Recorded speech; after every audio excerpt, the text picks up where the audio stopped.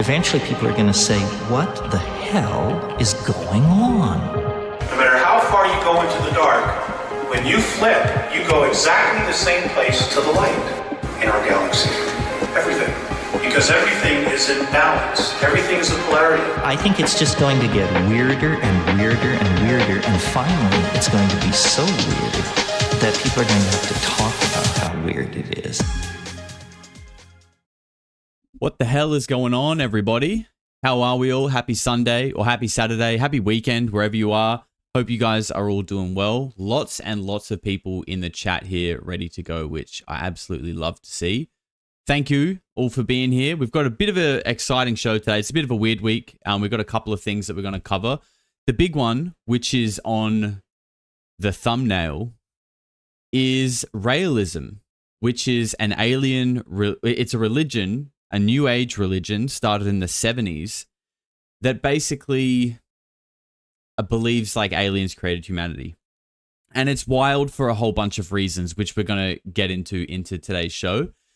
But yeah, it is quite fitting because it is Polarity Sunday School. We're talking about religion. We're at church. It's Sunday. And we're ready to... I'm ready to preach. Suki's here. She is sleeping through church, but, you know, that's normal. We're also going to be looking at Chris Ramsay talking about Elizondo. Made a couple of interesting comments, which I thought is probably worth having a little chat about. And also UAPGerb, who was on his show, and he's done a couple of podcasts recently. Going to have a little chat about him and the fact that Patrick from Vetted, came out and made some kind of interesting comments and posed some questions around Gerb, which I just thought would be interesting to kind of look at and talk about as well. So, and we've also got a little bit of something fun just to finish off the show today. But that's what we're going to be doing. Thank you all for being here. We can all just say a quick hello to Suki, who is asleep. Suki. There she is. She's here. She probably thinks she's getting treats, but not today, unfortunately. Not today. Also, just quickly, Ashley Townsend became a member nearly 6 hours ago, but thank you, Ashley, if you're here watching. Appreciate you. And Adam Howes, welcome back, you little weirdo. Lots of freaks in the chat today. We love to see it. All right, so let's get into the first thing, which we're going to look at, which is Raëlism. So I had heard I'd heard the word Raëlism before, right? I'd never looked into it, but I'd heard about it. And just the other day, I don't know what prompted me to do it, but I just decided to Google it. And I looked on Wikipedia, and what you see there, the darker blue image, is literally the logo for this alien religion, okay? So obviously it is a swastika, which, you know, has multiple uses. It's not necessarily just a Nazi thing, you know, obviously.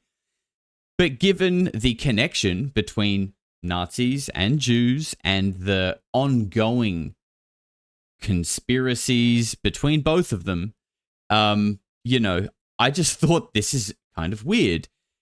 Because we have the swastika combined with the Star of David. It's very odd, right? So I decided to look into this religion a little bit more, and I'm just going to read you a little bit that came off the Wikipedia, which is obviously not the best source of information, but it'll give us a starting point. And then I found a little 7-minute video that's kind of just explaining Raëlism. And I kind of watched the first minute or so, and it kind of looked like just a pretty nice, quick overview of what it's actually about. So I thought I'll pause it there, and we can watch it together and talk about it. Rambro has gifted 2 memberships, actually. Rambro, you bloody legend, always in here supporting. I appreciate you, man. And Toxic Fart has thrown in $5 and says, I made a big deal about Josh actually having hair, so now he's showing it off. That's right, sir. That is right. Look, my hair grows incredibly quickly, and it cost me $75 to get my hair cut, including the beard, which is like disgustingly absurd, which is why you might see me not wear a hat for a couple of days while the haircut is fresh.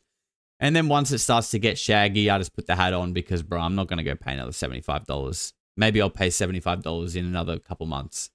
But, you know, I'm not about that life. I don't really care enough to want to pay that much money. So, yep, enjoy it while it's here. And eyebrows are fine today. No, well, you know, I mean, yeah, they are fine. There's nothing wrong with them, but they are growing Michael Aquino devil horn brows as well. So it is on the list to fix. It is on the list. All right, so let's go to the next picture here, right? So this, like I said, this is just pulled straight from Wikipedia. I'm going to read you the stuff highlighted in red. And this is Raëlism. Okay, Raëlism, also known as Raëlianism, is a UFO religion founded in the 1970s France by Claude Vollahon, known as Raël. So this guy, Claude, changed his name to Raël after he started this religion. It says, Raëlism teaches that an extraterrestrial species known as the Elohim created humanity using their advanced technology. An atheistic religion, it holds that the Elohim have historically been mistaken for gods. It claims that throughout history, the Elohim have created 40 Elohim human hybrids who have served as prophets preparing humanity for news about their origins.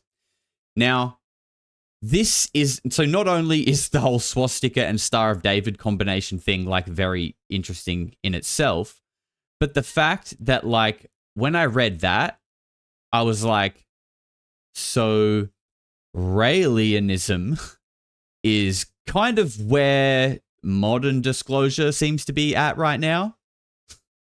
Like, you know, it kind of sounds like what everyone is beginning to just come to this general consensus about. Are we all Raëlianists? Like, as I'm reading this, I'm thinking, so am I a Raëlian? Because it kind of seems like this is the story that is coming together very slowly. That it all kind of traces back to, obviously, the days of the birth of religion, and that all of these religions are just kind of like interpretations of the same thing. And in reality, it is what is known as the Elohim that have came down and bred with humanity, and now we worship them thinking that they're gods, etc., etc. Right? Like, this is kind of what most people seem to be talking about right now. Anyway, I'll continue. Raëlists believe that since the atomic bombing of Hiroshima in 1945, humanity has entered an age of apocalypse in which it threatens itself with nuclear annihilation. Raëlism holds that humanity must find a way to harness new scientific and technological development for peaceful purposes, and that when this has been achieved, the Elohim will return to Earth to share their technology with humanity and establish a utopia.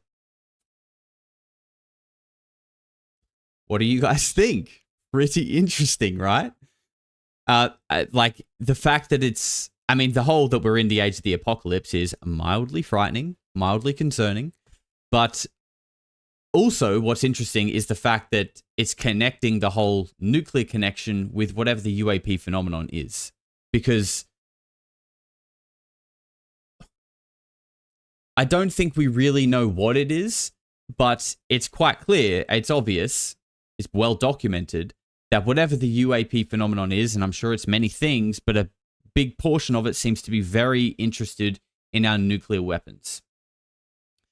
Now, if they are, if you know, this like extra tempestrial, like time traveling theory is true, and that they are coming from the future or like an alternate timeline to stop us from nuking ourselves, that would make sense.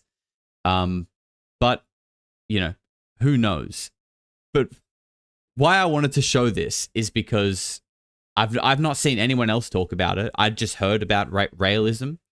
And when I looked it up, saw this very interesting logo, read this, and was like, okay, so I guess a lot of us are Raëlianists now, without realizing it. Very interesting. Jared has gifted a membership. Jared, you bloody legend. Thank you very much. I appreciate that. If you were the lucky one to receive it, make sure you say thank you. Go and check out the members-only content as well. And just a reminder, you can only receive memberships as a gift if you have it turned on, which you can do from the 3 dots in your chat window. Josh, did you put your fan on tonight? Yes, the fan is blowing at full speed on the camera, so we shouldn't have any issues. But I do still have the heater on, so we'll see. It's going to be a battle of the elements. How does this affect me paying taxes? You will still pay taxes, bro. Yep. The Elohim will come back, and the government will still be standing there saying, pay your taxes. That ain't going to change. Now, who knows? It might. Hopefully it changes. Hopefully it changes. I heard setting off a nuke is like sending out a galactic flare. It's seen far and wide. It would, like, that makes sense. And, you know, probably, maybe not a galactic flare in the sense of, like, how we would perceive it, you know, like a light going off in the dark, although it could be like that. But when we talk about, like, splitting the atom, and what they do at CERN, which is, you know, trying to smash the smallest possible particles together to break them and see what they're made of. Like, when you think about that, I think it's more likely that splitting the atom and detonating a nuclear weapon potentially is like, you know, if we're going to talk about dimensions and that these things are, you know, here, but existing in like another dimension, another realm, which is, you know, the things that we hear a lot of, it might be less of like a light in a dark and maybe like something that seeps into and affects these other dimensions. Yeah, that's right, Beth. A multiverse flare. I think that probably makes more sense. You know, how that works, I don't know, but it seems to make sense given everything that we know. So we'll take a look at this 7-minute video. Just quickly, Jazza Girl, you little freak, welcome. Thank you for becoming a member. Check out the content. Make sure you jump in Discord as well. We've got a members only section where we hang out and chat a lot as well. So thank you for the support, and make sure you check those things out. So let's check this video out. This is called "What is the Raëlian Religion?" And hey folks, here we go. There's an eccentric young religion out there that's for free love, democracy, and scientific progress. Oh, and they believe that aliens created the human race. And that they themselves have cloned a human child. Let's meet the Raëlians. Just a disclaimer in case there are little ears listening, this video has some discussions of free love and such. Interesting how we are 20 seconds in and he's also mentioned that this religion is involved in cloning. Epstein? Anybody? That's a big topic in this whole Epstein story, that he was very interested in cloning. Juliet Bryant even talked about that. And again, Star of David on their logo, Epstein tied to Israel. You know, just saying. I'm not saying anything for certain. I'm just highlighting interesting things. So if that's not something you want your kids hearing, you've been warned. If that is something you want your kids hearing, moving on. In 1974, sports car journalist and test driver Claude Verlan started a religion. From his account laid out in 2 books he wrote in the mid-70s, Verlan claims that the aliens abducted him and explained to him how the world works. But apparently not how to fix it, because have you seen 2017? These aliens, called the Elohim, were the true creators of humanity. Using advanced cloning technology, they created us in their image. When they intervened with our early species, they called themselves angels, cherubim, or gods. In different eras of human history, Claude claims the aliens enlightened Jesus, the Buddha, and a few others to be messengers of their time, preparing humans for when we can join them in space. Oh, he also claims he had dinner with them. The religion he founded was to spread the last message from these Elohim. Their goal is to make humanity more peaceful, democratic, and aware as they prepare to be welcomed into the interstellar community. He changed his name to Raël and founded Raëlianism. Raëlians are well-meaning people, despite holding some strange beliefs. Becoming a Raëlian is actually pretty easy. They just ask you to formally disavow any other religion, and that's about it. Heck, I've done it twice today. The Raëlian baptism entails an upload of your genes to a space computer, allowing for a digital reincarnation and immortality. They perform these baptisms on one of the 4 major holy days in the Raëlian calendar. One marks the anniversary of the bombing of Hiroshima, one marks Raël's first encounter with the Elohim, One for the day he saw the Elohim starship, where he had that meal with Jesus, Buddha, and some other religious figures, and one for when aliens cloned up Adam and Eve. They do have a few controversial beliefs that will definitely make this video not advertiser friendly. Patreon. The symbol the aliens use is a Star of David, with a swastika in the middle. Yep, the old Nazi swirl is a prominent part of their symbology. I mean, they aren't alone. Hindus still use the symbol to this date, but I do have to say putting it in the Star of David is a bit on the nose. I actually can't think of anything. Yep. A bit on the nose is perhaps the understatement of the year. It's like who is this guy? And why did he choose these symbols? More offensive to have done with it. Please leave your suggestions in the comments. Rael claims that the swastika is a symbol of peace, but that didn't... Which it is, to be fair. Like, it was, and still is, but, you know, people adopt and reuse things all the time. Stop the Israeli government from banning the Raelians from building a big alien embassy in Jerusalem. They decided to replace the swastika with a swirl, but still, no dice. The Raelians are also devout believers in free love. Sex and sexuality is actually a big part of the Raelian doctrine and has attracted some clergy from other faiths. They believe in free sexual liberation. Damn, is that the Raelians? As well as full equality for LGBT people. They practice sensual meditation and have been vocal advocates for self-love and the distribution of condoms. This religion is sounding more and more just kind of like a, you know, 70s peace and love, free love, hippie revival.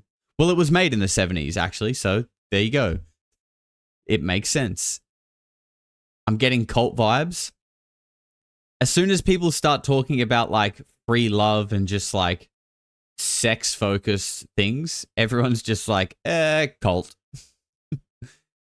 You're promoting just having sex with each other all the time? Cult. $2 from Vern Dude. He says, made it. And Kamla with 27 Swedish krona. I think that's right, isn't it? That's what SEK is. Thank you very much, Kamla. There's one controversial case where they handed out condoms to students at a Catholic school in Montreal. They believe that sexual pleasure is a gift from the aliens, apparently ignorant of the freaky stuff the bonobos get up to. Bonobo. The Raelian Church is a big fan Close your eyes, Suki. of science. They believe that GMO crops and nanotechnology can eliminate the need to work and create a world that embraces science. The most exciting technology for them, however, is cloning. Rael founded an organization called Clonaid in 1997, and the organization advocates for the advancement of human cloning. They claimed in 2002 to have cloned a little girl named Eve, but have not provided her for any sort of authenticity. You know, for her privacy. They think that with cloning they could bring about immortality, as well as retroactively punish suicide bombers and Hitler. Okay, sorry, there's a lot to unpack in that little part there. So this guy, Rael, who started this religion, says that they cloned a baby named Eve in 2002. Eve in the X-Files? Mickey, what... so I haven't seen all of the X-Files. What episode is that in? When was it released? Because they're saying this was in 2002. This sounds like a public forward-facing version of the Satanic Cult. I mean, at least the cloning side of it does. First season? Okay, interesting. First season was like, what, 92? 1992? This cloning stuff is super interesting though. Like, especially because of like what Epstein seems to be doing. And obviously it's not just Epstein, but his interests and the people around him seem to be very interested and were actively doing cloning. And when you look into the things they did and, you know, maybe perhaps the abuse and sacrifices and whatever, like, if that's what you do regularly, then, like, from a business perspective, cloning people makes a lot of sense. Not advocating for it, or what they're doing at all. But if you think of it like that, if these are business-minded people who also like to do weird shit like that, cloning human beings makes a lot of sense. And perhaps that's why he surrounded himself with the top scientists and physicists, or that maybe that was just one of many reasons. Where is Eve today? Michael, from what I understand, that story about a baby being cloned in 2002 came out, and then like no one ever heard boo about it again. Interestingly, just like the whole 1950s, the G engines are coming, and silence for 60 years, 70 years. Don't ask me. The latest project they've been working on is to build a big alien embassy. Their plan is to build a landing pad for the alien spacecraft in neutral territory surrounded by a large campground. There will also be a suite pad for those alien ambassadors with a pool, a conference room, a wall, some bedrooms. Oh, and it'll be protected by an aseptic chamber to keep the Terran bacteria from killing our new Elohim overlords. To date, the Raëlians have about 90,000 members in about 90 countries. They're most popular in Europe, Quebec, and Japan. Okay. So the Europeans, the Canadians, and the Japanese are the Raëlians. Who do we have many? I'm sure we've got a few Canadians in the chat. Do you guys know any Raëlians? Have you even heard of Raëlianism before? I'm sure we probably got... no, we probably wouldn't have Europeans because it would be like middle of the night over there. Yeah, I knew it was the Canadians. It's always the Canadians. Canadians are, from my experience, Canadians are the most similar people to Australians I've ever come across. And I've done a fair bit of traveling. Canadians are literally like Aussies, but probably just more polite. Not that we're not polite, but they're very polite. They have a tiered system of membership from 0 trainees to the level 6 planetary guides. It's also a complete man party, with only about a third of Raëlians being women. But they do have a special women's-only Order of Angels, and preach openly about sex-positive feminism. They even have a special sect of women who work in or support women in the sex industry. The Raëlians are a UFO religion. They aren't alone, but claim they're different by being strict believers in science and rejecting the supernatural. So what I want to know, what will like really make me think if this is a cult or not, is I want to know, like with all of this pro-sex and we should all just have sex with each other, woohoo, the alien, it's like this guy was like, yeah, so I've, guys, I went up on the mothership and they've told me the story, they've told me the truth, and the truth is you should all have sex with me. I'm just the messenger. I'm just telling you guys what was relayed to me, and I think the aliens want me, Raël, to Raël all of my female followers. If that's the way this kind of cult is, and Raël is just Raëling all of his followers, then I think we can put this one to bed, but let's keep watching. It does, however, put them in some dangerous territory, as many of us might remember Heaven's Gate, a UFO cult that committed mass suicide in 1997. Largely because of this UFO association, Raëlianism is often referred to as a cult. The problem here is that the line between cult and religion seems to be somewhere between how much money you ask for and how well established you've become. And how many of your followers you try to have sex with. The Raëlians are a bit odd. For example, some of their scientific claims don't add up when looking into areas such as, say, the evolution of humans. There's a problem with all those pesky hominid skeletons we keep finding. However, digging too deep into a lot of specific religious claims can be problematic, and I would argue is not really the point of religion.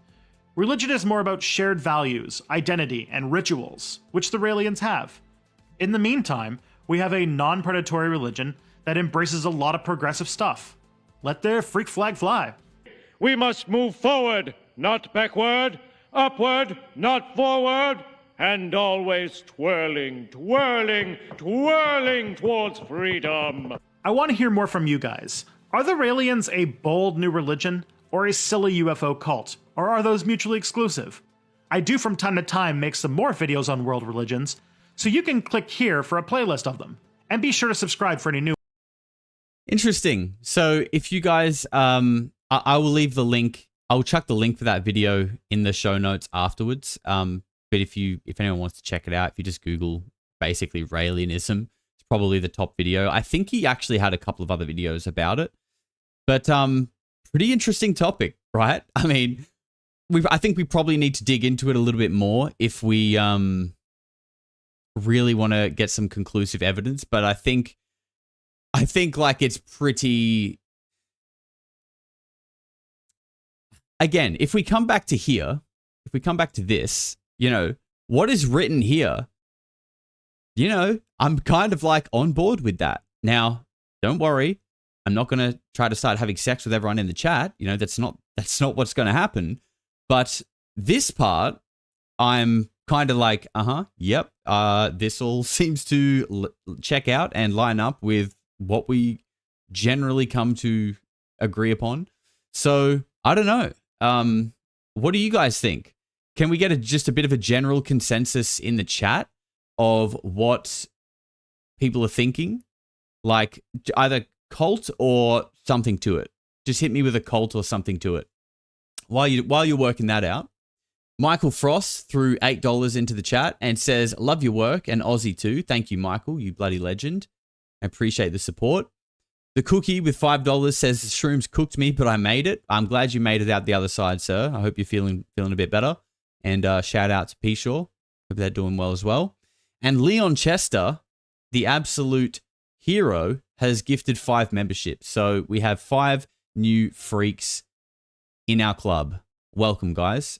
I hope you enjoy all the members-only content you now have access to.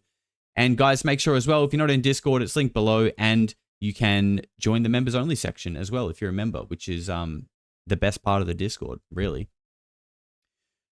Quarter Circle Jerks, interesting name, has thrown in $5. Says, this is like $50 in kangaroo dollars, right? Seriously, though, thank you for all you do. Not quite. I think it's $5, but I still appreciate it either way. Thank you, and I appreciate the support, man. Thank you very much. Yeah, a lot of people seem to be on the cult vibe. Cult. Yeah, cult 100%. It's a cool cult, and it's good to be real. It does seem like a cool cult, as far as cults go. I would say that. As far as cults go, this one seems to be all right.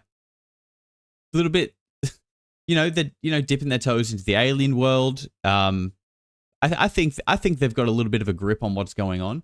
Maybe lost in a few areas, but I think as far as cults go, this one gets a C+.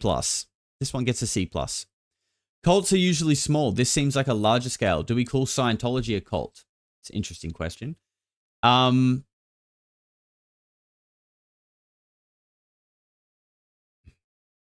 would probably say yes. And that's purely because there's like this secretive layer to Scientology. And you mean like there are videos of people, they go in and they try to there's actually a Scientology church here in where I live. And I've thought about going in there just to like have a look and suss it out. You know, I don't want to be one of those like obnoxious YouTubers that like walks in with a GoPro like, hey bro, I don't want to do that. Like I actually just want to go in there and just see if they'll talk to me and just say like, just ask them, be like, hey, what is this about? Like, you know, if I'm interested, well, what do you have to tell me? And just see what they say. I feel like that'd be interesting. Jennifer has thrown in $2, says they're grifters who lie about doing charity. I'm not sure. Are you referring to the Raëlists or the Scientologists? Maybe both. I'm not sure, but thank you for the $2.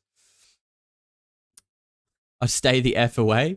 I mean, look, what are they going to do? Like they have an opened door with a door open. So, you know, it's not like I'm going to walk in there and they're going to attack me. I'm just going to, if I walked in there and just asked questions, if I walked in there and asked questions and they started having a go at me, I would be like, why do you have a shop? Why do you have a door for me to walk into so you can attack me for inquiring? Like, that would be very strange. I don't think that would happen. But it would be interesting, I think. You know, I think like even with things that we may not agree with, let's jump over here for now. I think we're going to get to Chris Ramsay and UAPGerb and Vetted in a moment, but I just want to say that like I think with things that we don't know about, even if they seem weird, right, or cultish or strange or maybe even like a little bit dark, I don't think there's anything wrong with like a bit of curiosity about that. Like I think curiosity is fun. That's how we learn. That's how we kind of get a sense of like what's right and what's wrong in this world, by being curious and trying to learn a little bit more. Saying that I want to walk into a Scientology church and ask a couple questions doesn't mean that I want to start paying $300,000 to become the next Hal Puthoff and start remote viewing as an operating Thetan level 7. Like, that's not, there's levels to this thing. Just want to ask a few questions. Curiosity over fear? Exactly. It's really interesting, right? Like the whole thing about fear. Because I've talked a little bit about the power of belief and, how like fear in itself is almost like the belief that something is going to harm you or can harm you. And by just kind of like giving into that and being scared or being in a state of fear, you're almost like enabling that by that belief system, I feel like. I think there's a lot of power in belief. A lot of people give like Tucker Carlson shit, and like I kind of get that. He does say some like pretty wild stuff sometimes. But I think like his ideas about like spiritual warfare and his kind of takes on that are like pretty on point. So it makes me wonder, if there is really like an interdimensional force or intelligence, and maybe multiple of them interacting with us, manipulating us for good and for bad, then how powerful is belief in that?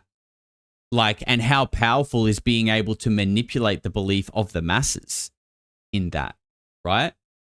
I think it's probably extremely powerful and probably has a lot to do with like that gives us answers for propaganda. Like why do we have propaganda? Well, it's to instill a wider belief and create support in the masses. And when the masses all collectively believe something and are aligning their thoughts with a certain idea, then I think that really powers it enough to manifest and become real. And I think like your belief can be weaponized, or not even so much your belief as an individual, but our belief collectively, because I think the more people that believe in something, the more powerful it is. And just quickly, before we get onto the Chris Ramsay stuff, I just want to say this. Someone said recently, and I can't remember who it was, but they said like, just the very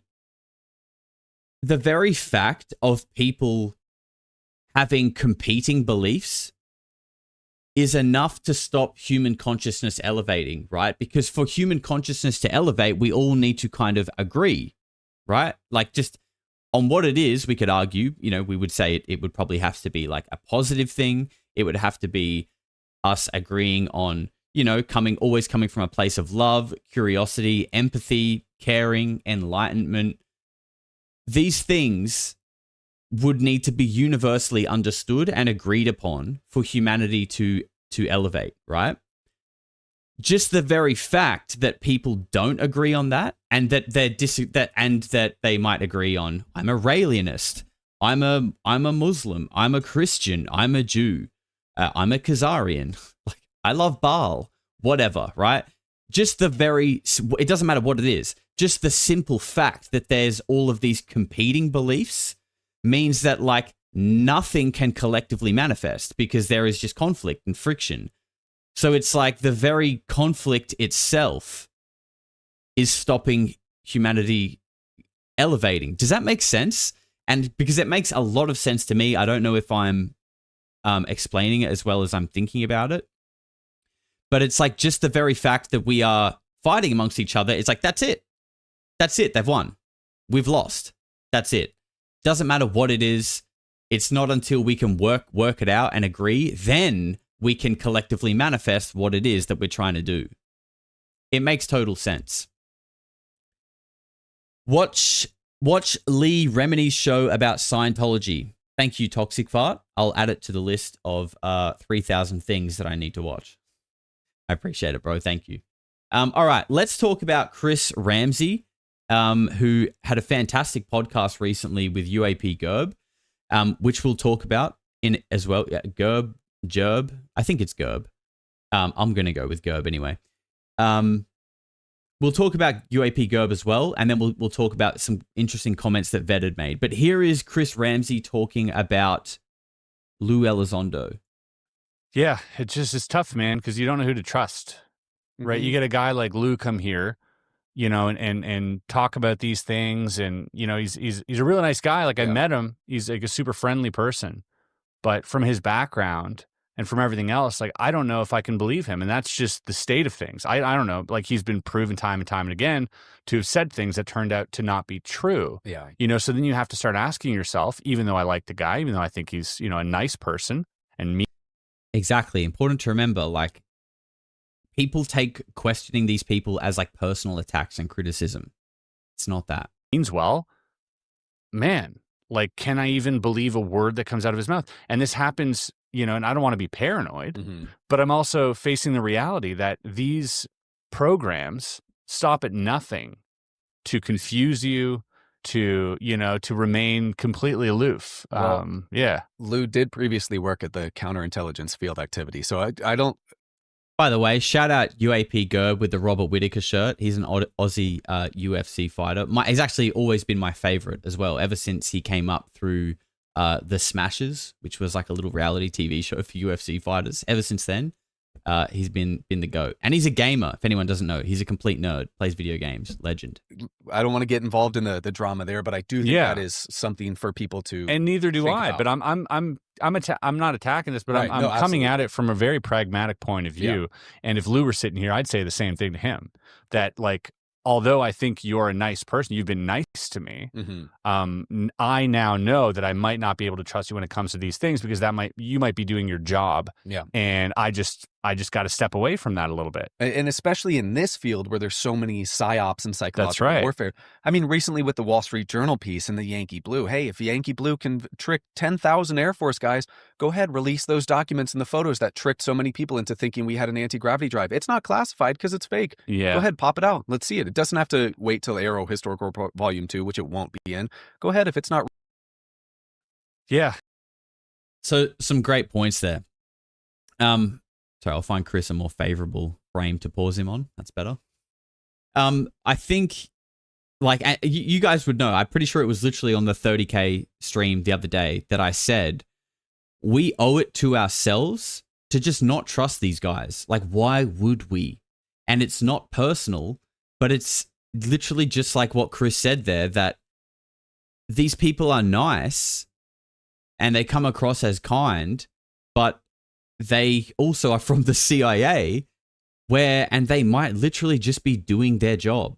Like, we know that the CIA are often like, you need to go and be an inside agent. You need to go and befriend people, be a undercover, right? Like, that is their job. So when they say, hi, I'm from the CIA and I want to be your friend and tell you all the secrets about disclosure, I think we're being a bit like, we're insulting our own intelligence by just going, oh, yes, sir. Yes, sir. Yes, please tell me more. Tell me more. Like, again, I think that the thing is, though, there probably is elements of truth in it, but we should take it all with a large grain of salt because you're from the CIA. So it's like, sorry, you're part of the organization that has lied and covered things up for 80 years. So for me to just listen to you now and swallow everything you're saying makes me feel like an idiot, to be honest. And it's kind of like the boy who cried wolf, in a way. So, yeah, I think what Chris has said here is totally legit. I think it's fair. It's not personal. It's not like, I hate you, Lou. I don't hate Lou. I do think, you know, and I actually said this kind of briefly in my speech that I did the other night at Astro SA, where I kind of said that in this age, like, so I did a Q&A at the end, and someone asked me, because I showed some testimony, I showed a bit of Michael Herrera, I showed Jonathan Weygandt, showed a few other things, and someone at the end asked, how do we know that all of these people aren't just full of shit? Like, how do we know that this isn't like all just a psy-op and all just disinformation? And I was like, yeah, fair question. It is a fair question. It obviously is a combination of having to do, you know, your research and finding which sources you think you can trust. And then it comes down to just your own opinion on who you can trust. But I think the most important thing is, in the age of AI, where basically now any video could be fake. So it's hard to, like, you know, I don't think we can rely on a video to bring us disclosure anymore, right? I think we need to come full circle and come back to our human instincts and think about, how does this person make me feel when they're talking and when I'm listening to them? And obviously we get the best gauge of that in person, but I still think you can get a pretty good gauge of it from a video. Because I know when someone's talking to me, subconsciously, like, I'm not actively thinking about it, but I know subconsciously I am calculating, like, the tone of their voice, their body language, the microfacial expressions, the cadence of their speech, like all of these little things about the way they're delivering what they're saying to me. It's being computed by my mind subconsciously, like very quickly. And I'm making decisions that feel very instinctual and like intuitive about how I feel about this person. And this isn't to say that I know if they're lying or not, because they might be saying a whole bunch of things in one sentence, right? And or across all the things that they've said. And when it comes to Lou Elizondo, when he speaks, the way he comes across does not feel like we are getting the genuine, authentic Lou Elizondo behaving and speaking the same way he would when he's in his home hanging out with his wife and kids. It feels like he's got a bit of a facade on, a bit of a this is my Lou, the counter intel ATIP guy persona, right? It feels like a persona. And again, disinformation is often wrapped in truth. So I'm not saying I don't believe everything he says, but I feel like the results of those calculations that run in real time of tone, cadence, body language, choice of words, everything concludes in my mind as something isn't right here. Something isn't right. I don't know what it is. I don't know what specific thing it is, but it doesn't feel good to me. So there's that. And I would say that there's other people in this space that when they speak, it's like, yeah, this person's real. This person's authentic. And just to caveat that, when someone is authentic, right, I might even feel like, oh, I don't know if they've got that right. I think maybe they're wrong there. But he or she is speaking from a place of like good intention and truth. Like, we all make mistakes, right? We all sometimes get things wrong. I've gotten things wrong on the channel before, but that's not really what matters. What matters is this person trying their best to decipher the truth, and are they speaking from a place of good intentions? And that is what I think that real-time calculator does for you. It tells you that, not necessarily what part is true or a lie, but is this person speaking from good intentions? And I'm sorry, but when Lou speaks, for me, it doesn't feel like he is. No, actually, I'll redact that and say a lot of the time it doesn't, because he actually has said some things that does resonate with me. But a lot of the time, something just feels wrong with the way that he comes across, and I can't really put my finger on it. But there are a lot of other people who come across the opposite. And yeah, sometimes will say things that I maybe don't agree with, but I can tell that they're coming from a good place. And I think that's what's most important. That's Dead threw in $10 and said, much love from Texas. Shout out to you, my man. Thank you for the support, the $10. And shout out to Texas. I can't wait to be inside you. Anne McPherson put in $4.50 with a little cute doggy sticker. Thank you, Anne. I appreciate that. And Beth is celebrating her 2 months as a member. Semivan and Melon, too, all CIA. Yeah, they're all involved in it. And again, I like listening to some of these guys. Sometimes I really enjoy the things that they say. But other times I'm just like, oof, something feels wrong. And I can't put my finger on it because I don't know. I don't know what part is true, and that's what this is all about. That's what it's all about, trying to decipher and disseminate what's real and what isn't. But what I do know is that feeling that I get, that intuitive feeling of like, something here just doesn't feel right. And I'll be honest, in my real life, when I've had that feeling with people, it's rarely wrong. It is like, and I feel like a lot of you guys who in the chat right now, who maybe feel like you're in touch with your intuition, or you have like a bit of a guiding sense, and you've maybe learned how to decipher like what is a guiding voice in your life and what is just your own internal like monologue. For those of you who have learned how to work out the difference, I feel like a lot of you would agree that voice that is like your guiding voice, it's never wrong. It is never wrong. And sometimes it might be saying things that like your internal monologue is like, oh, I don't want to do that, or oh, that doesn't seem right. Like, no, you almost argue with it. But then when you learn what it is and you give into it and you follow it, it's never wrong. I've learned that it is never wrong, and you should always follow it.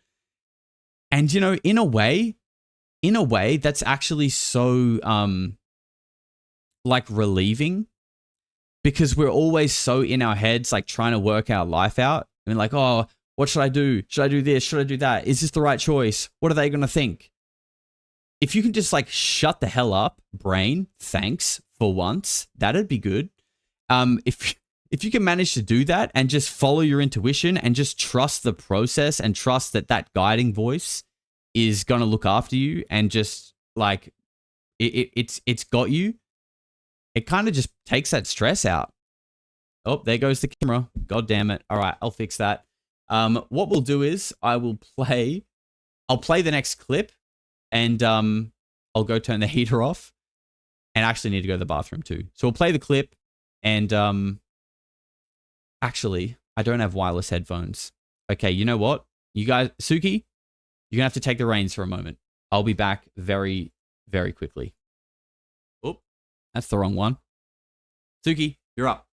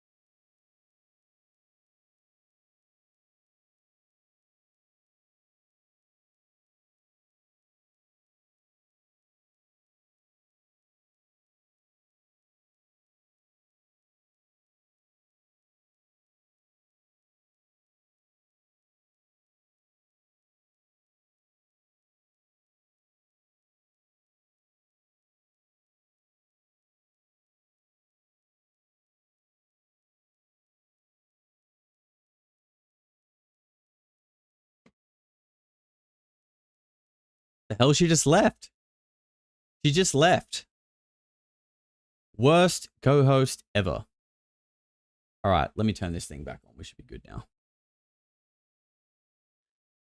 Can't trust her for 5 seconds. God damn it.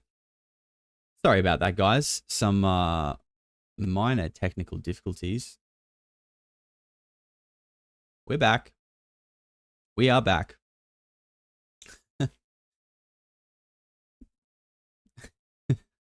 Yeah, it's because she's not getting any treats. That's why. She's like, bro, I ain't working for free. I appreciate you guys staying, though. Thank you very much. We're back now. Babu with $5 says, one question for Louise. You signed your paycheck. Ooh, the CIA. That's no more question. And love your channel. Wish only success to you. Thank you very much, Babu. Appreciate that. All right. Where were we? So let's see what Vetted had to say. So Patrick from Vetted weighed in on this. Basically weighed in on the fact that Chris Ramsay was basically saying Lou is, not trustworthy. Let's talk about what Chris Ramsay just said, because it's very interesting. And I have to admit, a little surprising to hear him say that. But at the same time, not really, once I do think about it a little bit more, because having met Chris and spoken to him, he's a very reasonable, smart, logical, sort of rational person. And what he's saying makes complete sense. The problem is that, he's also a big creator, and, that comes with benefits you don't even realize, right? Because if a small creator says something like this, oh boy, they are going to get attacked, potentially doxxed, attacked, ridiculed. Like, there's a lot of stuff happening when you criticize Luis Elizondo, but I'm happy to see other people coming out and just giving their opinion about something that is so obvious right in front of us, which is Luis Elizondo is, former, current, counter intel, working in the UFO community now. Things he said have proven not to be true. Photos, evidence he's shown has proven to be completely debunked. And not just debunked, but horrifically debunked, like easily debunked, right? Yeah, it is true. It is true. Like, there's nothing wrong with having something get debunked, but like these things were like, they were pretty bad. And anytime any sort of criticism came out against Luis Elizondo, people would get attacked. I have been a victim of it myself when I was a smaller creator. I'm still a small creator, right? But I've at least gained enough. So I'll just pause it here quickly. We're about halfway through. He's saying that like other people have faced backlash for speaking about Lou, and it seems like he's kind of alluding to the idea that Chris can say what he wants because he's a big creator without getting backlash. I disagree with this. He's saying small creators wouldn't get away with this. Now, I mean, Vetted just called himself a small creator, so if Vetted is small, then I am like an atom. But I've I've criticized Lou quite a bit. I've never personally had any backlash, at least that I know of. But so I disagree with what he's saying. I actually think you can say anything you like, pretty much. It's not what you say, it's how you say it. And I think Chris has a good grasp of the English language, and he chose his words very well. And I think when you do talk about these more, when you talk about things that could be considered sensitive, like criticizing Lou Elizondo or Scientology or Baal or Khazarians, you have to choose your words very carefully. And when I touch these topics, I try to do the same. And again, I've never had any backlash either. So it's interesting. It is interesting. There's about a minute left. A little something here, if you will, to help keep people off of me a little bit easier. And the bigger you get, the harder it is for people to come after you. You're an easy target, but it's harder to break through the wall, I guess I should say. Now, people may attack Chris Ramsay because of saying this, to be honest with you. That still may happen, but he'll be fine. I don't think so. And again, I just think it's, because I don't actually think there's anything wrong with what he said. Like, I think with the way that he said it, it's like, it's totally reasonable and logical. And like, I feel like even Lou Elizondo, surely, like any sort of like moderately intelligent, respectable human being should be able to at least understand, even if you don't like fully agree, you should at least be able to understand that if someone says they come from an intelligence agency, it is totally fair to say, I'm not sure if I can trust what you're saying, because you could just be doing your job, right? Like, that is totally fair. Okay to say these things. And Chris didn't say anything, defamatory or mean or insulting or disrespectful. He even said, hey, I would say this to Luis Elizondo's face. And I've always said the same thing. I would as well. Yo también, Luis. Yo te diría lo mismo a la cara, sin problema, right? Like, hey, what did you just say, Patrick? I would too. I would say the same thing to Luis. And I think it's okay to talk about these things. And why not? If it's a part of disclosure, then we got to talk about it. Sometimes some of these conversations are uncomfortable. I get it. But, again, that's why I stick to citizen disclosure. Hard to trust some of these former government employees 100%. or current. You just don't know if they're just doing their job, right? Protecting our country, but they have to lie to you to do it. And, if you knew the truth, you'd go, okay, that's okay what you're doing because you're doing what you have to do to protect our country and national security. But at the same time, someone is lying to you and you don't know if the reason is that or they're just lying to you. Yeah, I think his final comments there are totally on point, and I 100% agree with them. Like I said it already in the show. We owe it to ourselves not to trust these people, and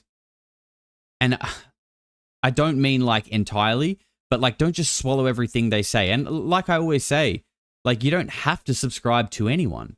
You can just take in the data, sit on the fence, and just absorb and sit back and sort of, enjoy the circus. Enjoy the circus of disclosure. And when I say that, I'm specifically referring to like the congressional hearings, which, I think the first one with David Grush wasn't a circus, but it very quickly became one. And, I think that's like a lot of things in this space, right? Anything that seems to look promising or gets a lot of attention usually gets compromised, gets infiltrated and compromised and steered in a direction that the program is comfortable with. Because they would know that by now this topic is so out of the bag. Like you can't just, people aren't going to believe it's a Chinese lantern and swamp gas anymore. Okay, people aren't that retarded anymore. You're going to have to do something different or at least like admit to some level. So I think now it's like as long as they can get inside and just kind of steer you in some direction that they're comfortable with, then I think that's good enough. That's good enough for them now. So yeah, I think we owe it to ourselves to just be very cautious from anyone who claims to be from CIA or any sort of like military background for that matter. And again, we should try and listen more to people who aren't related to these things. The people who don't come from like sus backgrounds. And interestingly, when you look at it, they are the ones who usually have been called crazy, who've usually been ridiculed and like just character assassinated, right? In history. They don't usually stay very long in the conversation because everyone just debunks them very quickly. They're just trying to get attention. They're just trying to make money. I'd love to know how much money some of these people have actually made. I really would, because I don't think it's much at all. And they've probably had their social life destroyed, their credibility destroyed. They've probably lost far more than they've gained from coming out. And that's probably by design, right? Because they want the CIA to be the ones to steer the narrative. It really makes sense. So I think next, so we've got another clip from Vetted talking about UAPGerb. So maybe we'll jump over here and we'll talk about UAPGerb for a little bit first. But we'll just get to some super chats. Rogue ET, my man, you really are a G, bro. I really appreciate the constant support from you, mate. Josh, being able to instantly judge truth from bullshit is becoming clearer and clear for me and many others, in my opinion. Keep up the great work, Roger. I'm glad to hear that, my friend. I'm glad to hear that. And I think, it's hard to say that, like, I think this is something we all have because I only obviously know from my own perspective. But I do think a lot more people have this ability. And maybe ability isn't the right word, but, because, I don't think what I'm doing when I feel like I'm determining these things, I'm not doing some like magic spell, I'm not remote viewing, I'm not psionic. I'm literally just subconsciously calculating things in real time, quickly, and coming to a conclusion. And these are all things that we can all see. Micro expressions, body language, the tone in your voice, the cadence in the way that you're speaking. Like these, and the energy and the feeling that you give off when you speak to me. These are all things that we all should be able to perceive when we have a conversation or when we see someone speak. So I think it's just about like learning like what feels authentic and what doesn't. And I don't think, I mean, I'm sure there are very well professionally trained liars, but I don't know. I don't know if you can fully fake. I don't know if you can fully fake this stuff. Fully. I'm sure you can do a very good job, but I don't know if you can 100% fake being authentic. I don't know. What do you guys think about that in the chat? It's a tough one. We are all psionic. I think we all do have that ability, but I also do think some people are legit NPCs. Like, I really do think and I think this because, and you know, maybe NPC is the wrong word, but like some people can't see images in their head, and some people don't even have an internal monologue. Some people don't think they don't think. They just act. And that's crazy. Because if you don't have an internal monologue, how when someone cuts you off in traffic and your primal NPC programmed response is to beep and flip them off and yell at them like an ape, if you don't have an internal monologue, how can you be like, hang on, maybe they're just having a bad day, just relax, it's their problem, just let them go. If you don't have an internal monologue, how can you do that? How can you think critically? How can you analyze things? How can you regulate your own emotions and behavior? Like, you can't. You're just literally like operating off some like programmed script or something. That is legitimately crazy. And I think, like, you know, I'm throwing out just a wild theory here.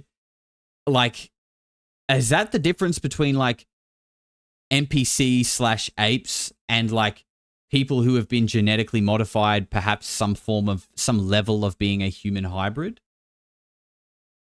I'm not saying it is. I'm just saying, like, what is that difference? Because to me, not having an internal monologue and people who can think very quickly in their mind and can picture things in their mind, like, that's a pretty big difference to your experience of being a human being on this earth. Like, majorly. Especially when we consider that your mind is like literally the interface with reality. And like where you decide to focus your perception and your attention creates the experience you have. Like, your experience here in Earth is done entirely through your mind. Like, it's like your consciousness is streamed into your mind. But if you didn't have that, you wouldn't have the machine that kind of is there to take in and interpret reality, to interact with your consciousness. So if that mind is operating like very differently to the point where you don't have your own sort of critical thinking and internal monologue and you can't picture things, what the hell is going on there? Like, what are you? Are you like still closer to being like an ape?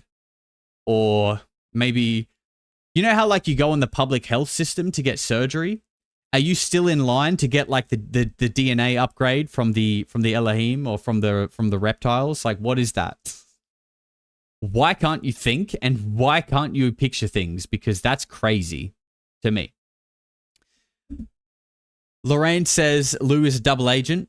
Yep, thank you for the $2. Could be for sure. And Patrick says, every Abrahamic religion worships Baal. Abraham's God demands and favors child sacrifice. Jesus preaches hate in Luke 14:26. These holy books contradict themselves intentionally. Patrick, I don't know enough about what you're saying to like comment on it deeply, but I think it's important just for all of like the virtue signaling white knights who get a boner over defending certain minorities whenever you mention Khazarians. I think it's important to mention that like this whole Baal worshipping sick abuse system that seems to be rife through society doesn't just seem to be the Jews, okay? Which a lot of people, like, again, you say Khazarians and you get these literal NPCs pop up on X going like, hey, more anti-Semitism, I'm a robot, I can't think. But like the reality is, I mean, look at the Catholic Church, like how much shit how much weird shit with children and abuse is done there. Look at Google underneath the Catholic Church. There is a whole bunch of weird shit. Underneath the Vatican is what I mean. I think it's called St. Paul's Cathedral, St. Paul's Basilica. I might have the wrong words there. I've looked into it before, but you know, there is a lot of weird shit in the Vatican too, and apparently underneath the Vatican. So, you know, this isn't just about one certain religion or one minority. It seems like it. You are right, Patrick. It does appear that the people that partake in this disgusting shit hide behind Abrahamic religions. Now, I think I want to move on from this and get back to UAPGerb, but I think I just have to say that like it's important that if you follow these religions, this doesn't mean you. Okay, it's not about you. And I think the NPCs that hear this shit and then lump you in with these people and say like, how dare you call like Catholic people or Jews vampires who are doing all this shit. But that is literally the defense mechanism that perpetuates this abuse system. Like they know that people who can't think critically, who love virtue signaling, will pop up and defend them with that, like for that reason. Like that's literally what perpetuates it. It's crazy. So I actually think the most anti-Semitic thing, or the most, you know, like the cruelest thing that people can do is assume that when we talk about like Khazarians or people who worship Baal or do this crazy child abuse stuff are the same as normal people who go to church on a Sunday and practice Christianity, Catholicism, Judaism, Islam, whatever. It doesn't matter. Lumping people in, all that matters is good and evil. Everything else is a social construct. And this isn't, lumping good in with evil is not right. And I think that's what we need to decipher here. Forget the name of your religion. Forget the name of your God. That shit, it doesn't matter. What matters is what's actually going on. And if you're defending people who are doing this abuse to children, which I think when you look into it, you don't even need to look into it for very long, it's pretty clear it's happening. I'm sorry to say, it actually upsets me a lot, to be honest. It actually upsets me. That's why I don't like talking about it. It's pretty clear that it's going on. So if you're going to pop up and defend, like claim that normal people, Jews, Catholics, whatever, and like lump them together with them as like a way of defending that religion, you're retarded, and you're actually contributing to this systemic abuse that seems to be rife, at least since the 80s, but far longer than that. Far longer than that. Okay? Let's close that off and move on now, because I don't like talking about that stuff. It does get me passionate and worked up because it's real, and people who defend it under these like false pretenses are just so retarded, and it annoys me. I'm sorry. Thank you for letting me say that. Let's get back to UAPGerb. So this guy, UAPGerb, I had heard about him and I'd watched a little bit of his stuff, and I'll probably expose myself on how little of him I had watched prior to his recent podcasts by saying that I found his stuff very interesting, but I found that I couldn't watch it for very long because in the stuff that I'd watched, I hadn't seen his face. Now, from what I understand, he does show his face. From what I understand, I haven't seen it other than the podcast that he's been on, but like in his content, he doesn't show his face. And that's important to me in a sense of like hooking me in. I like to see who's talking to me again, because I want to, literally coming back to the Lou Elizondo stuff, I want to be able to gauge who is talking to me, who like, how do you make me feel? Okay, I need to be able to see you to do that. So that's why I kind of wasn't fully invested in UAPGerb stuff, because I hadn't seen who was talking to me. I didn't know who this guy was. Now that I've seen his face on these podcasts, and now that I've really listened to him I've probably listened to him for nearly 5 hours now, because I watched him on Danny Jones, and I watched him on Area 52. And I watched a little bit of him on Jesse Michaels a while ago as well. The dude is like crazy, like got crazy knowledge, crazy knowledge for sure. And I made a tweet saying like, I've basically given up on congressional disclosure and disclosure as a whole, but I think we're probably going to get disclosure through UAPGerb. Like the way the dude researches is crazy, and I respect it. And I do think his channel is probably like a must watch for people who are interested in this stuff. He is very sort of like dialed in specifically on reverse engineering and crash retrievals. So a lot of like, it's all a lot of military jargon, a lot of acronyms, a lot of 3-4 letter, departments and agencies that can be hard to follow. But there's just no doubt that the dude is dialed in 100%. So what I find, so I guess I'm talking about this. So props to him, first of all, like props to him for being so dialed in. But I think we'll listen to what Vetted had to say, and then we can continue this conversation. So much info, slow and long podcasts equal ADHD brain struggle. Yeah, exactly, Mickey. And that's why my content is the way that it is. Because for me, when I'm just getting pumped with facts after facts, I find it hard to digest. I need a bit of entertainment. I need to break it up a little bit because I just personally struggle with it. So yeah, that's just me though. Maybe a bit too serious for Josh. I wouldn't say it's too serious. Like I'm obviously very interested in the topic, but yeah, I don't know. I think I prefer a bit more like lightheartedness in it. Did you see what he said about Ryan Connor? No, Lacey, I didn't. But when I was listening to him, I was actually thinking, I wonder what this dude knows about Ryan Connor or what he thinks about it. So I would love to know. If you could let me know, or if you've got a link to a clip, that would be great. Alpha Draco says, honestly, Josh, I'm glad you're touching on the Jewish issue. The Talmudic hyper-religious ones are the problem. Yeah, I mean, I don't know enough. I know what the Talmud is, and in my Shapeshifter video, we touched on the Lev Tahor cult, which is the cult that was prosecuted and exposed for abusing children just last year in Guatemala. And they're in that article, which was posted in the Jerusalem Post, by the way. Like, talk about being anti-Semitic. This is a Jerusalem Post exposing this cult.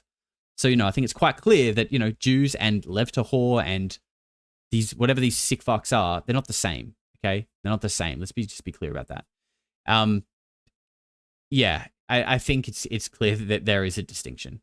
$5 from Toxic Fart says, so not all people who subscribe to Polarity are weirdos.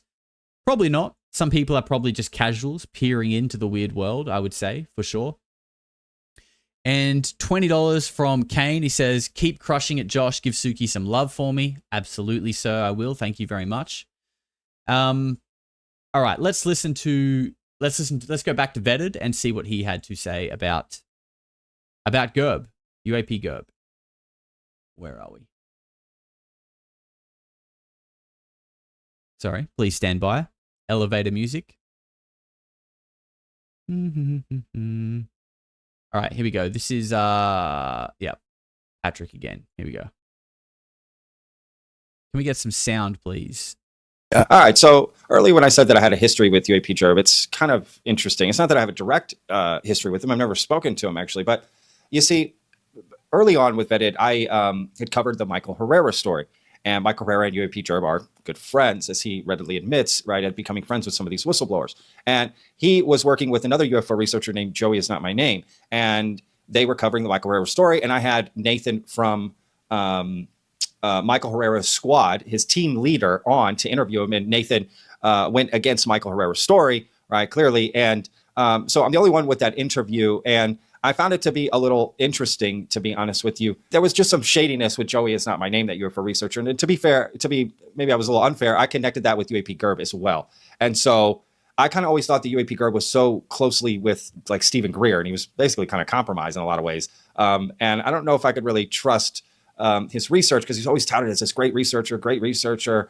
And it's interesting because he's going on all these podcasts. He's going on Jesse Michaels, he's on Danny Jones, now he's going to be on Chris Ramsay. These are people I respect a lot. So for them to tout UAPGerb as the best UFO researcher in the world, and I was just wondering, where is he getting his information? Is he getting the information from these whistleblowers? Doesn't really make him the best UFO researcher, right? Is he connecting dots that other people aren't? Like, what makes someone a good UFO researcher? How much time is he investing? Does he have a real job? Is his job just to do the UFO research?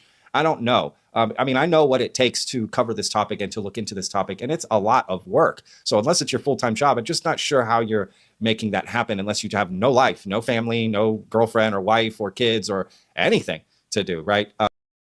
So, I mean, like, he's kind of posing like a fair question, but I feel like some of the follow-on comments are maybe a little bit unfair.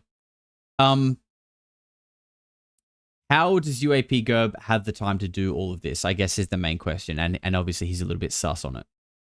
I think, first of all, it's pretty clear from the podcasts that Gerb's been on that he's a very strong intellectual. He's got a great mind, and he's very passionate about the things that he researches. So that automatically gives you a good ability to recall things, and it gives you, and, you know, maybe he's like mildly ADHD or autistic. You know, I say that because I have ADHD myself. So like, I get it. I get, like, when I'm interested in doing something, or I'm like working on something that I'm really into, like, I know this might sound silly to some people, but I will literally like just forget to be a human being. And I'm like, it's not cool. It's not funny. It's really annoying, actually. And, you know, people will be like, oh, bro, just remember to do stuff. Yeah, it would be nice, wouldn't it? But I'll literally be like into it, and then suddenly it's like 10 p.m. I realize I haven't eaten maybe even all day. My stomach hurts. I feel mildly dizzy because I haven't eaten, and my house is a mess. Like, I haven't cleaned up. Like, it's annoying. Like, it's annoying because it interrupts just being a human being, a normal human being. But when it comes to researching and digging into things that like give us dopamine and what we're interested in, it is literally like a superpower. So, you know, it's hard. Like it's difficult, but I don't think it necessarily means UAPGerb is sus. He might just be on the spectrum, or he might have ADHD, or he might just be extremely passionate about this. But what I will say is, it must be his full-time job. It has to be he must do this stuff full-time. And I think he does. To be fair. So I guess that's what I'm most curious about. Nobody's asked UAPGerb, maybe Chris Ramsay will. How do you do this research? Right? How are you doing this research, and why are people saying you're the best UFO researcher? Right. But it is interesting to hear him go after Greer here quite hard, in fact. And it sounds like he's mistreated some of his, quote, friends who have become his friends, right? These whistleblowers. And I'm not sure what good of an idea that is to become friends with the person you're sort of investigating. Right. Yeah, I think that's a really good point. Becoming friends with someone you are investigating, especially coming from military or intelligence agencies, is not a good idea. And I feel like, well, I mean, Chris Ramsay touched on it in the clip we looked at of him and Lou Elizondo. Like, sometimes it's literally these people's jobs to become your friend. And if you are so, and, you know, in that podcast, UAPGerb was saying, like, you know, how much he would love to go to like Area 51, see a UFO, go to Dugway Proving Grounds, like see the technology. And I mean, I'm sure we all would. But you could hear in this guy's voice, like, bro, he really wants to do it.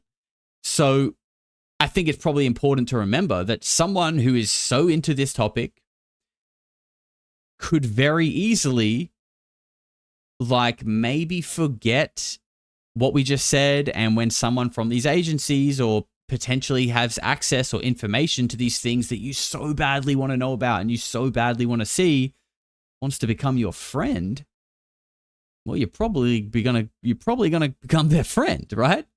Because it's like a little doorway to the world that you want so badly. I'm not saying that's the case, but you know, I think it's a valid point. In the podcast that that Patrick is talking about here is the one with Danny Jones. And it was interesting to see when Stephen Greer got brought up that, UAPGerb was like pretty clear that like not a fan, doesn't like him. And I think it was maybe even in that conversation that it kind of came up that like he had been accused of being an intelligence asset himself, which I don't want to put words in Patrick's mouth here, but it seems like that is perhaps what he is suspicious of, alluding to, curious about. And it's fair. Like, again, I think it's fair to have reservations about pretty much anyone in this space, right? Like, even just a little bit. I think it's fair. It's just the nature of the space. But what I found interesting, and just to be clear, I don't think UAPGerb is an asset, at least not yet, not right now. Opinions can change. I would love to talk to him one day. I'd love to have him on the show. I feel like we'd definitely talk about the UFC, that's for sure. But what I found interesting was that UAPGerb spoke about how people had accused him of being an asset, and like he didn't like that. He did not like that. He was annoyed, like visibly like annoyed, frowning, and it was like it really bothered him, which I found interesting. Now, everyone is different. Everyone handles things differently. But for me, I always think like, bro, if you're not an intelligence asset, don't you just think it's funny when someone thinks you're an intelligence asset? Like I do. You know what I mean? Like, it's not going to bother me. If you think I'm something that I just know that I'm not, that's funny to me, because I just think you're kind of retarded. So the fact that he was like really annoyed about that was kind of like, I mean, some things rub people up the wrong way. So, who knows? But to me, I was like, bro, why do you care? Why do you care so much? I don't know. But again, it could even be a cultural thing, right? Generally Australians, we are pretty like laid back and like we don't really care about much. That's our culture. But I don't know. I don't know if maybe Americans are a bit different. Maybe it's different culture over there. Maybe they don't like being called names. I don't know. We got about a minute left. Did Lou pay you this week, Josh? No, my CIA paycheck is late again. I'm going to have to call him. Because this just is a recurring issue. It doesn't make any sense to become friends with these whistleblowers. Now, to each their own. Maybe you can become friends with these whistleblowers. They're just regular people, right? But it then does become very much harder to then determine whether or not they're telling the truth. Because once they're your friend, it's at a whole nother level, right? It's a whole nother level of like things. I get it. I take care of my friends. I protect my friends. So I get it. If someone's your friend, you want to look out for them. And look, it doesn't make me any better to not believe Michael Herrera's story. And it doesn't make UAPGerb any better to believe Michael Herrera's story. It doesn't determine our integrity, whatsoever. But I guess I'm just curious what his process is that makes him so good. What does he have access to information some of us don't? Is he being fed information that he then feeds out to other people, right? To the audience, to us. So just curious. Or is he just a regular guy looking into this? Could be that as well. So I think I feel like from that clip, it's maybe evident that, and to be fair to Patrick, he's out on the road. Clearly, you can see he's filming a documentary or something. So maybe he hasn't had the chance to watch the documentaries. But I feel like I can maybe answer that question for him and for anyone who's maybe wondering, because I've watched both of his latest podcasts. And he basically just like, I look into this stuff and I research this stuff, but like I don't reach out to people. I don't like try and email and try and get in touch with these people because, I mean, quite frankly, I don't want to be that involved with it. Like, I'm very interested in the topic. I'm passionate about it, but like, I don't want to get in those circles. I don't really like being invited into exclusive groups and shit like that. It's just not my vibe. And it just all feels sus and shady to me. But Gerb does, well, no, not that he wants to be involved in secret circles and whatever, but he clearly has no qualms in like being involved with these people, right? And to be fair to him, he said that he sets up like burner phones. He has burner email accounts. He has things that aren't attached to UAPGerb that he uses to try and get in touch with these people. And I think it was Chris in the podcast said that you know, you're always out and about, you're flying, trying to meet people. And, you know, if he's flying around trying to meet people for interviews, that, you know, does say that he must have some kind of backing. Now, I know he's got a YouTube channel, but like, I don't know if it's making enough money to be flying everywhere all the time on the go and just making YouTube videos. Like, you know, YouTube pays, but you got to be like pretty big to be like cashed up, flying around everywhere. I mean, I don't know. Maybe it's different in America, but but also, you know, he might be an investor. Maybe he got rich off Bitcoin. Who knows? Like literally, who knows? Who knows where people get their money? But he does. I think what is clear is that he's very passionate about the topic. He loves it. He loves what he does. He does spend most of his time researching it, and he might just have a bit of a talent in whether you want to call that talent autism or ADHD or just raw passion or maybe all of it. He's got something that helps him just relentlessly dig into this stuff, and he doesn't mind talking to these sus people. But again, and this is what I don't like, right?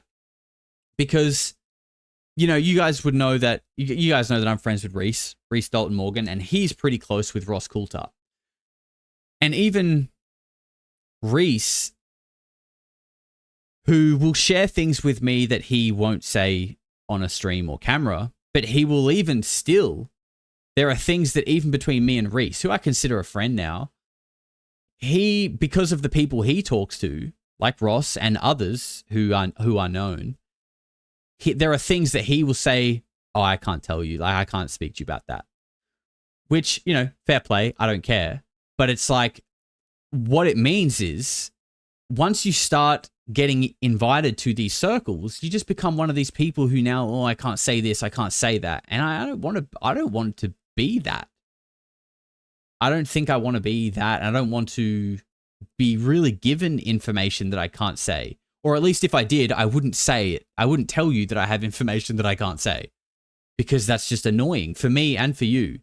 And also, I want to relate that back to UAPGerb, because in the podcast, Chris said, like, who's your top 5 for disclosure? Like, who, if you could pick 5 people for disclosure, who would it be? Well, after a lot of deliberation, UAPGerb's final answer was 3 people that he couldn't say the name of. You know what I mean? It's like, yes, okay, you can be a rigorous, tenacious researcher that digs deep and deeper and deeper, but bro, soon you're going to get so deep that you can't even tell us what you found. That's what that's what it seems like. So, you know, that's why I feel like this whole military, congressional NDA route is just a dead end, or it's a merry-go-round, because you get deep and then you can't talk, and then you get a new whistleblower, then he gets pulled in, again he gets compromised, and then Jake Barber shows him something, and then he no longer wants to do podcasts anymore, and now he's out of the circle. And then another one comes up and he testifies and he gets compromised, and then he no longer wants to talk anymore. And the wheel just keeps on turning. It's like, hello, wake up.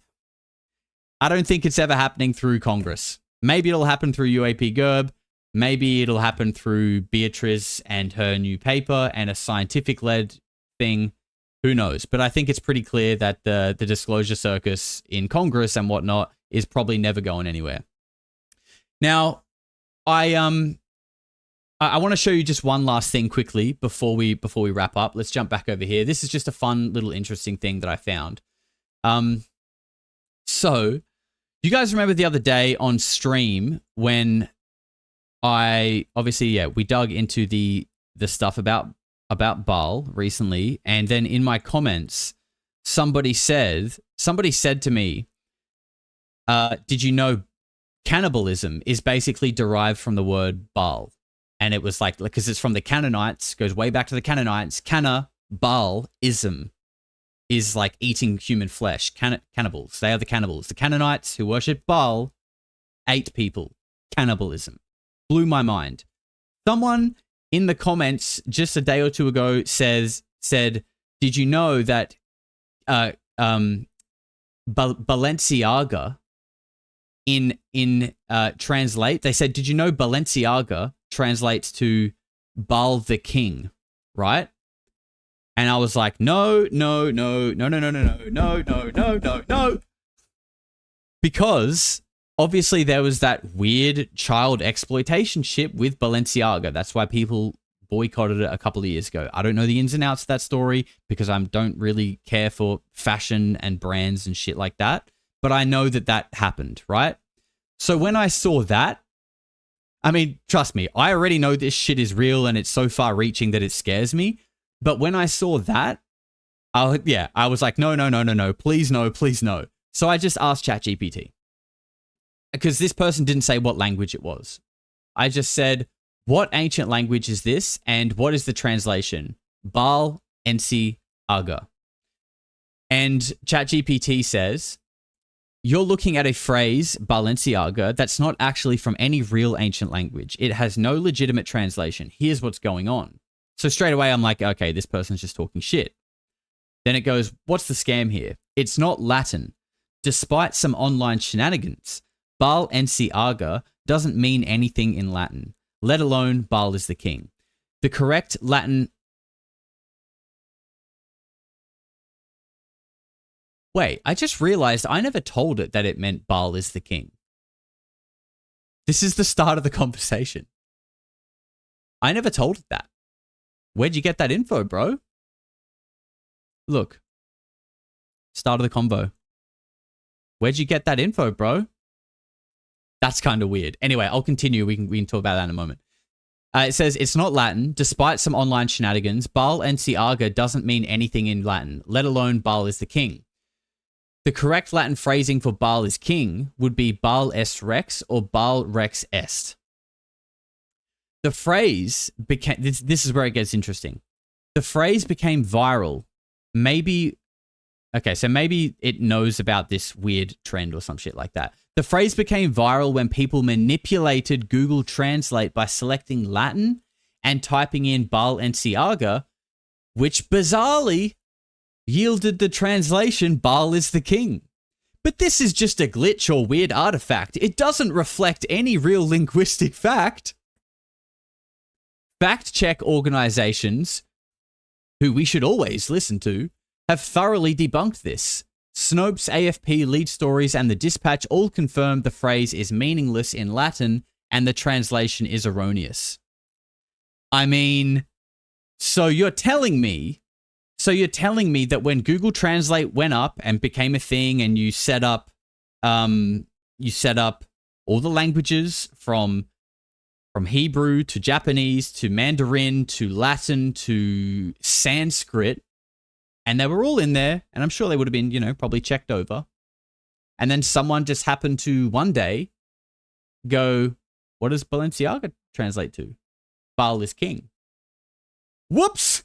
Oh, what a glitch. Get that fixed. Sorry, that was just an artifact. The rest of every other single language is fine, though. But that specific thing was just a mistake. Sorry. I'm sorry. Maybe I'm tinfoiling here, but that to me is like very sus. That to me, like that just one little translation, like literally ChatGPT is saying, by selecting Latin and typing in Balenciaga, which bizarrely yielded... So bizarre. How did this happen? It translates to Baal is king, but this is just a glitch or weird artifact. How strange.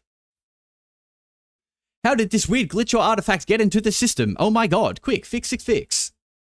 I don't know if I buy that, bro. Seriously, I don't know if I buy that. Call me a tinfoiler. I can't prove it, and I'm not saying it's 100%, but to me, sus as hell. Sus as hell. And like, let's just remember, AI is a great research tool. AI can be fantastic for so many things, but AI is controlled. Like, it's not gonna, you can't say ask it about Roswell. It'll probably come out with a response like, Roswell is the conspiracy about a craft that allegedly crashed in New Mexico. It's like, bro, okay, you think, okay, you know what I mean? Like, this is who is talking to us. This is what it's trained on. So, and, maybe it won't be that bad with Roswell. Maybe it will say something more, but you understand the point I'm trying to say. You can't, You can't, when it comes to this shit, things that are censored, things that my videos have been demonetized for talking about on the internet, you can't trust ChatGPT to tell you the truth. So I just thought I'd give you that little nugget. Maybe you guys can ask ChatGPT yourself and dig into it. But there you go. Kind of interesting, right? We have a super chat from Achy Balls with $10. Paranoia sits just below the surface in this UAP arena. Being discredited is only one leaky email away. It feels like some are unknowingly chosen as conduits for release of truth as well as lies. Yeah, very good point. And I would say that I'm probably paranoid, you know, and that doesn't mean like I sit at my window every night, like trying to, you know, look at the van out the front of my house. But I don't really like talking to anyone. And that could just be me as a person. But I don't like, you know, I get a lot of people emailing me saying, I've got information, like I've got this, you know, we should talk. And I'm just like, bro, maybe you do, and maybe you're legit, but like, I don't want to take the risk and be that guy. I don't want to get to know you. Unfortunately, sorry, but I'd rather just not. What I like doing is just sitting just on the outside of the UAP communities and inner circles and talking about them. Because once you're in, you're kind of like not compromised, but now you know you've got friends that you got to protect and whatever. I just kind of like to stay on the outside and just, you know, this is my safe space with you guys and we can talk about this shit together, because it's certainly weird. It's very weird actually, and that is why we are talking about it. So guys, thank you for hanging out today. I hope you had fun. I certainly did. And we're probably going to come back with another show tomorrow. Oops, we got double music. We're going to be doing a special on Skywatcher tomorrow. So probably at the same time. Maybe I was thinking about going live tonight or maybe a video. I don't know. We'll see. I should probably just chill out and relax. But we will be live tomorrow. So I'll see you then. Be good, be kind, touch grass, and take care. See you tomorrow. Eventually people are going to say, what the hell is going on? No matter how far you go into the dark, when you flip, you go exactly the same place to the light in our galaxy. Everything. Because everything is in balance. Everything is a polarity. I think it's just going to get weirder and weirder and weirder, and finally it's going to be so weird that people are going to have to talk about how weird it is.